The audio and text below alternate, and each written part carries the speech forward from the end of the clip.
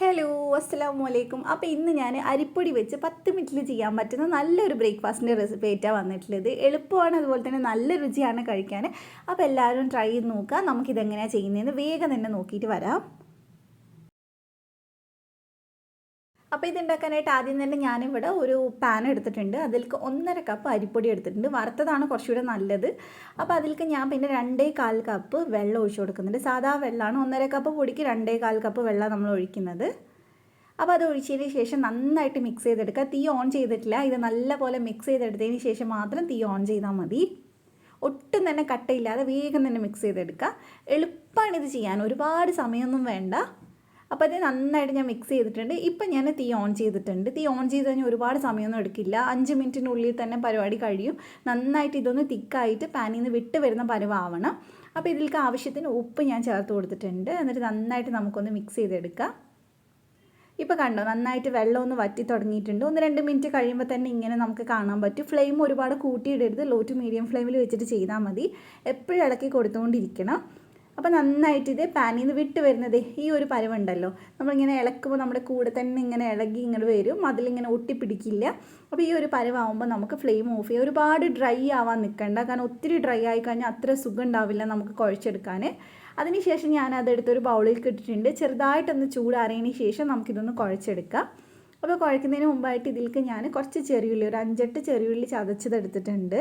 പിന്നെ അതുപോലെ തന്നെ ഒരു 1/4 കപ്പ് തേങ്ങ എടുത്തിട്ടുണ്ട്. അതോടെ ചേർത്ത് കൊടുക്കാം. ചെറിയുള്ളി ഇല്ലെങ്കിൽ നിങ്ങൾക്ക് പകരം സവാള എടുക്കാം. ഒരു ചെറിയ കഷ്ണം സവാള എടുത്താൽ മതി. എന്നിട്ട് നന്നായിട്ട് മിക്സ് ചെയ്തെടുക്കാം. നിങ്ങൾക്ക് ഇതിൽ വേണമെങ്കിൽ വലിയ ജീരകമൊക്കെ ചേർത്ത് കൊടുക്കുക, അല്ലെങ്കിലും നല്ല ടേസ്റ്റ് തന്നെയാണ്. അപ്പോൾ അത് നന്നായിട്ട് നമ്മൾ മിക്സ് ചെയ്തെടുത്തിട്ടുണ്ട്. ഇപ്പോൾ ചൂടുണ്ട് കേട്ടോ, ചൂടോടെ തന്നെയാണ് നമ്മൾ മിക്സ് ചെയ്യുന്നത്. അപ്പോൾ ഇനി നമുക്കിത് അത്യാവശ്യം വലിപ്പമുള്ള ഒരു ബോളാക്കിയിട്ട് എടുക്കാം. ചെറിയ ബോളാക്കേണ്ട, കുറച്ച് വലിപ്പം വേണം ഇതിന്, അപ്പോഴാണ് കുറച്ചുകൂടെ അടിപൊളിയായിട്ട് കിട്ടുക. എന്നിട്ട് ജസ്റ്റ് നമ്മൾ കട്ട്ലേറ്റ് ചെയ്യുന്ന പോലെ ആ ഒരു വലിപ്പത്തിൽ ഇതൊന്ന് ജസ്റ്റ് ഒന്ന് പരത്തിയെടുക്കുക കയ്യിലിട്ടിട്ട്. ഇപ്പോൾ കണ്ടില്ലേ, ഇതേപോലെ ഇതിൻ്റെ തിക്നെസ് ഏകദേശം ഇത്ര ഉണ്ടാവും. കുറച്ച് തിക്കായിട്ട് ഇരിക്കുമ്പോഴേ ഉള്ളു നല്ല സോഫ്റ്റായിട്ട് ഉണ്ടാവുക. ഇനി നമുക്കിത് വേവിച്ചെടുക്കാം. അപ്പോൾ ഞാനിവിടെ ഒരു തവ എടുത്തിട്ടുണ്ട്. അതിലേക്ക് നമ്മൾ കുറച്ച് വെളിച്ചെണ്ണ ഒഴിച്ച് കൊടുക്കുന്നുണ്ട്. വെളിച്ചെണ്ണ തന്നെ എടുക്കാൻ നോക്കാം കേട്ടോ, കാരണം വെളിച്ചെണ്ണയിൽ ഇതിങ്ങനെ മൊരിഞ്ഞ് വരുമ്പോൾ നല്ലൊരു മണവും ടേസ്റ്റുമാണ്. അപ്പോൾ നമുക്ക് ഇതിലേക്ക് ഓരോന്നായിട്ട് വെച്ച് കൊടുക്കാം. നമുക്കിതൊരു 2 ട്രിപ്പിൽ തന്നെ നമുക്കിത് ഫുള്ളായിട്ട് വേവിച്ചെടുക്കാൻ പറ്റും, കാരണം അത്രയും ഉണ്ടാവുള്ളൂ, നല്ല കട്ടിക്ക് ചെയ്യുന്നതുകൊണ്ട് തന്നെ. അപ്പോൾ ഇടയ്ക്കിടയ്ക്ക് ഇത് നമുക്ക് തിരിച്ചിട്ട് കൊടുക്കുക. പിന്നെ നമ്മൾ തീ കുറച്ചിട്ടല്ല ഇത് ചെയ്യുന്നത്, ഒരു മീഡിയം ടു ഹൈ ഫ്ലെയിമിൽ വെച്ചിട്ട് തന്നെ ചെയ്യുക. നല്ല പുകയൊക്കെ വരുന്ന സമയത്ത് മാത്രം തീ ഇച്ചിരി ഒന്ന് കുറച്ച് കൊടുത്താൽ മതി.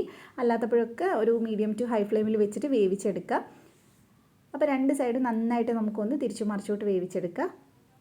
ഇപ്പോൾ ഇത് ഏകദേശം കളറൊക്കെ മാറിയിട്ടുണ്ട്, മേലെയൊക്കെ നല്ല മൊരിഞ്ഞിട്ടുണ്ട്, ഉള്ളിൽ വെന്തിട്ടുണ്ട്. ഇത്തിരി സമയം എടുക്കും കേട്ടോ വേവാൻ.